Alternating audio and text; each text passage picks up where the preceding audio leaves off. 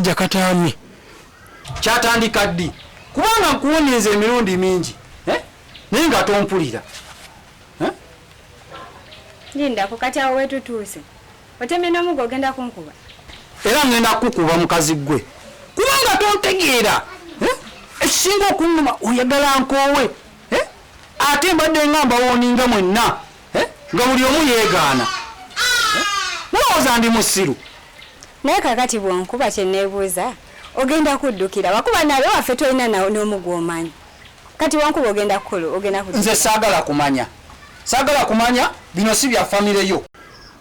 nsaba busabi zikusooka ali mubibuuza mukazi oyo kubanga omukazi bw'anaabyogera nze kajja kuba kaweddemu. Simalina kumanya kiki ngenda kukola. Saagala kumanya bikwatagana na famire yo.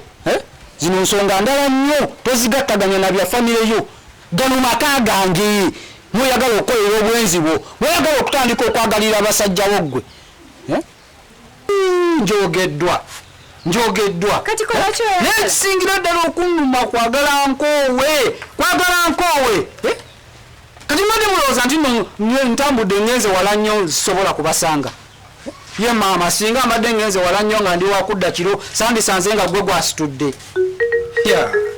naye naye nine nnaku kwegamba kati oba simalina kumanya ekyo ekintu oba kyondowooleza ngenda kikugjamu ddi ekyokwagala nkoowe. Byonna bigenda kuba byonoonese sayidi zombiriri kuba kati sayidi eri namata yekyanze kati ate eno uno nakirija nkwasizza bbaawe kati nze ngenda kukola ntya simanyi kikiddaku wabula nsaba Katonda nyambe akasajja kazikusooka kaleme kubuuza mukazi ate nsaba nina kirijja aleme kunvaamu kuba singa nvaamu bw'ati nze nja kuba mpedde kubanga kindeetera n'okulowooza oba gwakola obwenzi mumaka muno gwate buli kaseera oyagala nko okinsibako nnyo oba gwakola obwenzi nze nga sinze